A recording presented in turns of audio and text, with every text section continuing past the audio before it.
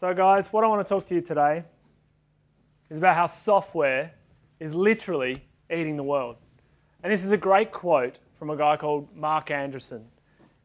He's sitting there pretty smugly because he's a large venture capitalist and he invested in a couple of companies. Google, Facebook, LinkedIn, Skype, Twitter, Pinterest, you name it. And when you think about software in the last 10 years and you think about the two biggest protagonists of this story, you think about these two. Google and Apple. Actually, as a show of hands, I wouldn't mind knowing how many of you guys here have got an iPhone. Put your hands up. Oh my gosh. It's a little bit more than I thought, actually. So who's got an Android phone? Okay, interesting. Has anyone got a Windows device or a BlackBerry device? Don't be afraid. And who's not going to put their hand up no matter what I ask you? Okay, good, we're all awake. Nice. What's interesting is these two have got a fundamental different belief in the role of software in our lives. Apple, well, they're the gated kingdom, right? They believe that their precious software should run on their precious hardware. From their phone, their tablet, their laptop, their desktop, and until recently, their watch. It really is an exclusive club. And Google, on the other hand, well, they're footloose and fancy free. And they, as one of the world's largest proponents of open source software, they believe the more people using the software, the better. Case in point is this HP touchpad, which HP released with the Palm operating system. And I was able to pick up Android software for free, install it on this device, and it's worked like a charm for the last 3 years. Would have been good if I had charged it before I came. But anyway. So when you break it down, Apple is all about the device in some regards, right? The magic happens here. But to Google, well, Google sees this device, that device, and all the devices that you guys have got as just a piece of plastic and glass that connects to the internet and runs software. Really, this device, you could kind of say, from an Apple perspective, it's about the smart device and the dumb cloud. But from Google's perspective, it's the dumb device and the smart cloud, because the magic happens up there. And this agree to disagree has been fine up until now, but what happens when we enter the realm of the Internet of Things, where everything and anything is going to be connected to the internet? Your watch, your microwave, your TV, your fridge, your washing machine, your dryer, the toilet. Okay, maybe not the toilet. But you see my point, right? Everything's going to be connected to the internet, running software 24 hours a day, 7 days a week. And it's going to be awesome. But is Apple going to come out with every single one of these devices that its software needs to run on? It's taken them a while to come out with that watch. I can't see them coming out with a tumble dryer anytime soon, can you? Although I bet you a few of us would be queuing up out the door if they ever did. So it's really exciting, right? Software is literally eating the world. And I mean, it kind of already has, hasn't it? I mean, think about what you do in the morning. You wake up, you grab your phone, you check your email, your Facebook newsfeed, and your calendar. You catch the train in the morning on the way to work. If you're lucky enough to get a seat, you pull out your laptop, you check your email, your Facebook newsfeed, and your calendar. And then when you finish the day, you're sitting on the couch, you're sitting there with your better half and a glass of wine, and she puts The Bachelor on. You're going to pull out your email, your Facebook newsfeed, and your calendar. And you'll probably do it until the battery goes dead. So it's awesome. I mean, software is taking over the world, and it already has. Think about some of the fastest growing companies in the world, in every industry. Recruitment, LinkedIn, telco, Skype, entertainment, Netflix, music, Spotify, retail, Alibaba. Software is taking over the world. And guys, it's really, really exciting, but it's also really scary. Why? Well, because software is developed by these guys. What we have here is a software developer in his natural habitat. I wasn't going to do the David Attenborough, but I thought, why not? Said my name was Dave and I got the intro. And what they tend to do, these rare breeds, is they often, well, they make mistakes. They cut corners. They get lazy. And, well, sometimes they like to go to the pub and get drunk. But that's just the people who make the software. Those that use the software, like you and I, we are awesome, aren't we? We don't make mistakes. We expect everything to be better today than it was yesterday. And if it isn't, I'm bored, I'm over it. And it needs to be really, really quick, right? Even if I'm in an underground car park on an iPhone 3G on the Vodafone network. So these two things, they're going to have a hard time coexisting, right? Because you guys, we're asking for more. We're asking for more features, more things. And at the same time, we're asking it for it to be faster. These two things are going to have a hard time coexisting. And we already know it. Because what happens when things don't go the way that they should? We go from the perfectly sane, cool, calm and collected, rational marketers to complete psychopaths in the space of 3 seconds. And guys, we can't go on like this. There's too much conflict in the world.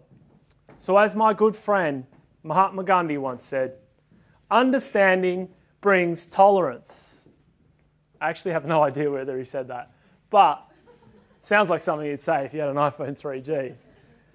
So what I want to do, guys, what I want to do is I want to pull back the curtain and show you what really happens when you connect to the internet, because there's magic all around us. I want to show you what happens when you pull your phone out, open up your net bank and check your bank account balance. In the space of 3 seconds, your phone will do this. Or something like that. So let's break it down. And there's actually a few more steps than what I just showed there. I'll try and talk you through exactly what's going on in a simplified view. So basically, that's supposed to be a mobile phone. And you connect to a 4G or a 3G tower, which then connects to the cloud, which isn't a real cloud, it's a bunch of servers. And it connects to what potentially a CDN and your DNS. It then connects to another cloud where you would have the web server or the application would be hosted. It then potentially can go off to Facebook if it's a retail site or whatever and get some Google Analytics as well on the way from other servers. It then connects to the banking infrastructure, and it'll have to go behind a firewall, which also isn't a real wall, and it's not made of fire. But it's this layer of security. It then potentially would go to the app server where the application could be hosted as well. It then goes in maybe to a database where it stores some of your details, who you are, what you've got access to, and then a big-ass computer called a mainframe, which has your account details. It then works its way all the way back, past all these things, up and down, all the way across the internet, back to your phone. That's pretty amazing, isn't it? In the space of 3 seconds, potentially even quicker. And then once it's done that, also potentially you might connect from your laptop. You could be running IE, Safari, Firefox, Chrome. You could be running 5 different versions of that software, from IE 6 through to IE 11, potentially 12 when that comes out. And your computer could be running Windows, Android, the Apple OS, so many different variables. It is highly, highly complicated. But again, you guys, you don't really care. You just want it to work, and you want it to work quickly. But there are people who care. There are people who sit in the bank and look at software like this. And they can see your journey when they need to from your application right through. And it's their job to make sure that you're having a good experience. They're like the traffic choppers that sit above the peak hour traffic in the morning. Emma Nota Francesca, or whatever her name. She sits up there and she reports back on the congestion that's happening on the network to try and help you have a really fast journey to work and back again. And that's fundamentally what this does. Because speed matters, right? Because if I was a website, in that 3 seconds that I just paused, 40% of you would have got up and walked out on me. It's an amazing stat, right? And we often forget about it. If I'm an online retailer and I take 3 seconds for what you guys think should have taken 1 second, you're out of there. You're going to go shop somewhere else. And Amazon knows it in terms of what it means for money.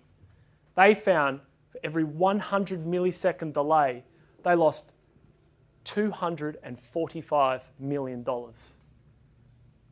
100 milliseconds. It takes 400 milliseconds to blink. It is insanely fast. So time is literally money. And as users, we want a really fast experience, don't we? But I'm a skeptic, right? I don't believe all these stats. So I think, you know what? I'm going to try it out myself. I'm going to test it on a website that I helped develop for the Stillbirth Foundation, which is a charity. And what I wanted to do was see whether if I reduced the load time of that website, could I see an improvement in terms of user behavior? Before I explain that, I probably should show you what actually happens when a website loads. I can see some of your eyes rolling over when you look at a chart like this. Don't worry. This is actually, I'll explain it. This is what's called a waterfall chart. And it's the steps a website takes when it loads. Software developers might look at this when they're developing it, if they're a good software developer, to see the impact of the load time. And for us marketers, don't worry, they coloured it in for us. So even if we don't know what it looks like, it looks pretty cool. Basically, what you've got at the top is what happens at the DNS and the server. So that was the stuff right at the start. So the time that the server takes to process the site requests. Each one of these steps are steps that the website has to take to load. So if you've got stacks of stuff on a page, this thing is going to be really long, and it's going to take longer for the overall site to load. And then, of course, there are different things that occur along there. It might be loading images, text files, JavaScript, those sort of things. The bigger the size of those files, the longer it takes to load. It makes sense, right? And also, along the way, potentially it makes some overseas phone calls. It goes from one server and it goes, oh, you want me to get Facebook stuff from California? Okay, cool. I'll go get Facebook and I'll come back. I'll go get Google, I'll come back. I'll go and get Twitter, I'll come back. Sometimes it doesn't come back. If the server's down, your site might not load. And so whilst we're expecting it to be really quick, it actually might look a little bit like this. We've packed all this stuff onto this server and we're screaming at this donkey, come on, you stupid piece of crap, the hell is wrong with you? I hate this iPhone 4s or whatever you guys have got. I hate this network. And so we're packing all this stuff onto the poor donkey. So what I did with the Stillbirth Foundation is I helped the donkey. I took some of the hay bales off, right? So I reduced the number of things I'm packing onto the site. I made it lighter. I reduced the size of the images and I reduced the number of things on that page and the unnecessary calls I had to make to all different parts of the world.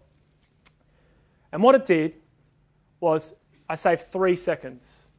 In that 3 seconds, I had a 50% reduction in bounce rates. 50%. So when I said 3 seconds and 40% of you left, 3 seconds and 50% left. So it was true. And also, in that 3 seconds that I saved, I saw people stay on the site 3 times longer.